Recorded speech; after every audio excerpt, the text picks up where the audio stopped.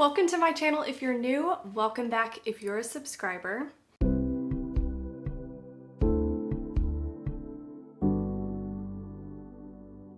Today is an exciting day because first of all, I'm in my new filming setup, which I'm very excited about. I'm really happy with how it looks here.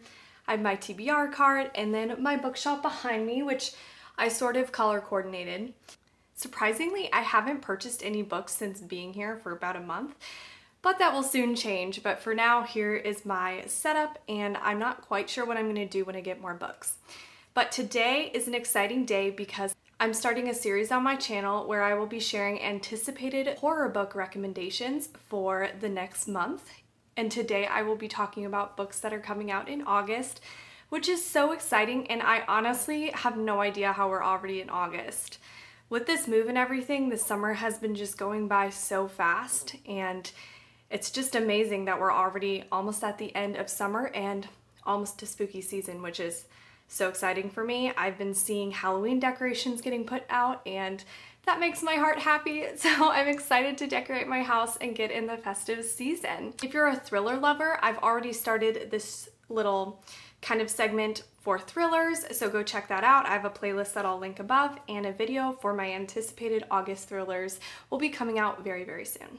First of all, I don't know what's creepier, the horror books in this haul or the amount of books that are coming out on the 3rd and the 17th.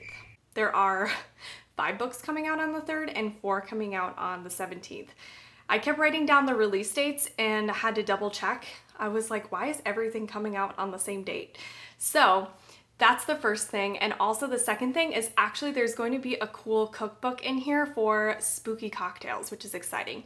So without further ado, let's get into the video. So the first book I want to talk about is All's Well by Mona Awad. Now, I haven't read Bunny and I've heard some really good things about it, also some mixed reviews. Some people say it's a little bit strange, but personally this concept sounds super interesting to me. So I'll probably read this one first, and if I like it, I'll go back and read Bunny. So this is about a girl named Miranda and she wants to put on a Shakespeare play, and this Shakespeare play has helped her distract herself from her terrible life. So she wants to do this at her school.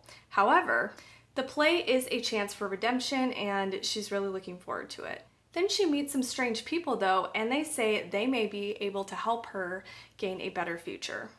This is very vague. I really can't tell what it's about, but it sounds like it takes place in an academic setting, which if you don't know already, I really like academic settings for books, so I'm excited for it, and I can't wait to see if this is an author that I will enjoy. And this book is coming out on August 3rd. So the next book coming out on August 3rd is A Lesson in Vengeance by Victoria Lee. So the little blurb says, for fans of Wilder Girls and Ninth House comes a dark, twisty, atmospheric thriller about a boarding school haunted by its history of witchcraft and 2 girls dangerously close to digging up the past. So it sounds like history is repeating itself and the main character has to plunge into the history of what may be going on in the school and face the darkness on the campus herself. Again, I love academic settings, so this sounds right up my alley. The Dead in the Dark by Courtney Gould is also coming out on the 3rd. This takes place in Snakebite, Oregon, and something is wrong with this small town. Teenagers are disappearing and some are even turning up dead. The weather isn't normal, and it actually seems like all of this is stemming from this paranormal investigator team that are really popular on TV returning to the hometown. So the daughter of these paranormal investigators starts to feel like something sinister is going on in the town, more than meets the eye, and that there are a lot of secrets. And also 2 teens pair up together and try to figure out who is haunting their town. This next one I'm so excited about, and it's called Evil Eye, a slasher story. And of course, this is coming out on the 3rd. So this combines 2 of my favorite tropes, so an isolated setting and also a slasher story. So a hurricane has taken place and 6 strangers are stuck together on this remote island. 5 of them want to band together and work together to get out of it alive, but the 6th one has sinister intentions and happens to want to murder all of them. This sounds like a really fun time, and I'm particularly excited to read this book. Who doesn't want a remote setting and a slasher story? 100% me. 100% me. I need that in my life. So the next book I'm going to be reading off of my laptop, the description, and it is Tidepool by Nicole Willson, and once again comes out on the 3rd. If ye not willingly, the lords will rise. In 1930, Henry Hamilton disappeared while on a business trip, and his sister Sarah won't rest until she finds out what happened to him. Defying her father's orders to remain at home, she travels to Tidepool, and the last place Henry is known to have visited. Residents of the small, shabby oceanside town can't quite meet Sorrow's eyes, and when she asks about her brother. When corpses wash up on the shore looking as if they've been torn apart by something that is not quite human, Sorrow is ready to return to Baltimore and let her father send in the professional detectives. However, after meeting Ada Oliver, a widower whose black silk dresses and elegant manners set her apart from other Tidepool residents, Sorrow discovers Tidepool's dark, deadly secret.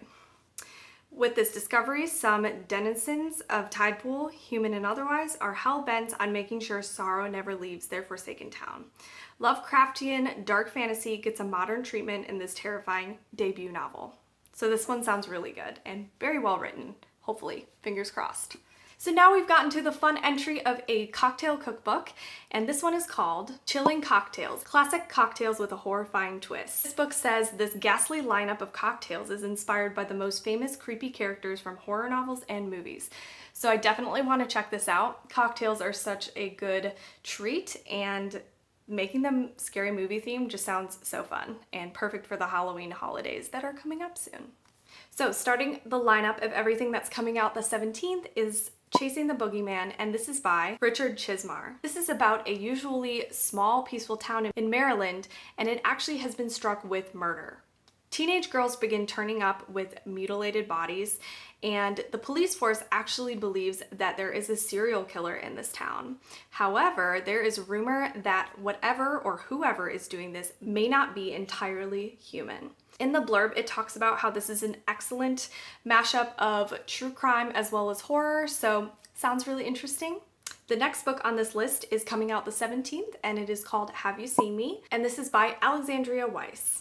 This is another book that's taking place at a high school, another academic setting, which I love. I'm very excited. I know I keep saying that. Girls are disappearing at Waverly High School, and one of the teachers decides to put together this investigative team of students to try to figure out what's going on. However, some of the team members start turning up dead, and something that the student who has recently disappeared, named Lindsay, has in common with those that are turning up dead is they all share a secret. The next book is August Eyes by Glenn Rolfe. So the description of this one was very vague, so I thought I would just read it to you. When dreams start bleeding into reality, a social worker is forced to face the mistakes of his past. A serial killer has found a way to make his land of graveyards a sinister playground to be bent at his sadistic will. The secrets behind August's Eyes will bring two worlds together and end in a cataclysm of pain and ruin. This sounds very vague, but the reviews on Goodreads were very good, and they were talking about how it's quite scary, so I am intrigued. Dagger Hill by Devon Taylor is coming out on the 17th as well. This is described as Stranger Things meets One of Us is Lying, so that sounds very intriguing. This takes place in 1989, and four best friends are spending their last summer before they go off to college together, but a terrible tragedy happens. A plane actually lands on their favorite hangout as well as on them, and one of their friends disappears. And their other friend saw that friend disappearing and being taken off by someone in a gas mask. So they're all trying to figure out what happened to their friend, and it sounds really interesting. It sounds like it's gonna have those nostalgic kind of 80s vibes, which I wasn't around in the 80s, but I tend to like things that take place in the 80s. The last book that's coming out on the 17th is Getaway by Zoje Stage. This one is probably the one I'm the most excited to get to because it kind of reminds me of The Descent, which is one of my favorite horror movies of all time. This is about a group of friends, and they actually have grown apart. But once one of them has suffered from a traumatic attack, they decide to all get together and reconnect, reunite, and they decide a great way to do this would be going on a hike in the Grand Canyon's backcountry. As they hike though, some tensions from their past start bubbling up, and also their supplies starts being picked off by someone, and it's clear that someone is hunting them. The Woods Are Always Watching by Stephanie Perkins is coming out on the 31st. This is about best friends who were outsiders in high school, and they're deciding to take one last trip together before they separate and have to go to colleges across the country from each other. So they decide what better thing to do than going on a backpacking trip, which once again, I've read too much horror, seen too much horror about backpacking trips just going horribly wrong, especially if they're in isolated remote settings. Like, I just am never gonna do this. Freaks me out. The woods freaks me out. The isolation freaks me out. There's no cell service most of the time. It would just be so easy for someone to stalk you and hunt you and kill you and then never have it known what happens. So anyway, let's get into what this book is about. So anyway, there's some tensions between them though, and this causes them to go off the trail, and then they kind of walk into this living nightmare. So I'm very, very intrigued by this one, and I'm extremely excited to pick it up at the end of the month. Also, this forest setting is so good in horror movies as well. Like I was saying, I really loved The Ritual, and once again, it's like a group of friends, and then there's always tension and disagreements about how to go. If something goes wrong, should we follow the trail? Should we do the shortcut? Which again, never do the shortcut. That's never a good idea. So anyway, the last book I'd like to talk about is My Heart is a Chainsaw by Stephen Graham Jones, and this comes out the 31st. And as soon as I heard this title name, I was immediately intrigued. I mean, who doesn't want to read a book called My Heart is a Chainsaw if you are someone who is drawn to horror? So I'm very interested in this book. A little blurb says Shirley Jackson meets Friday the 13th, so that sounds very intriguing. Jade is a half-Indian outcast, and unfortunately no one in her town likes her, wants her around, and she lives a pretty sad life. She's very sad and miserable, and the way she kind of copes with her feelings is watching horror movies, and they give her an escape. And she prefers horror movies that deal with a masked killer who takes revenge for all the people who have wronged them. Now murders start actually happening in her hometown though, and she decides to see if her knowledge of horror movies will help her find out what is going on and what will happen next. This concept sounds really interesting. I did read The Night of the Mannequins and I was a little bit disappointed, but I do want to still give this author another go because this sounds like a really interesting concept, and I feel like I may enjoy it a lot more than The Night of the Mannequins. Fingers crossed. Share with me down below which one of these sounds the most interesting to you, and if I missed anything on this list that sounds like it's going to be a really awesome horror book coming out in August, please let me know in the comments. I'm really excited to start this series, and I hope you all enjoyed it, and I will talk to you all very soon. Bye.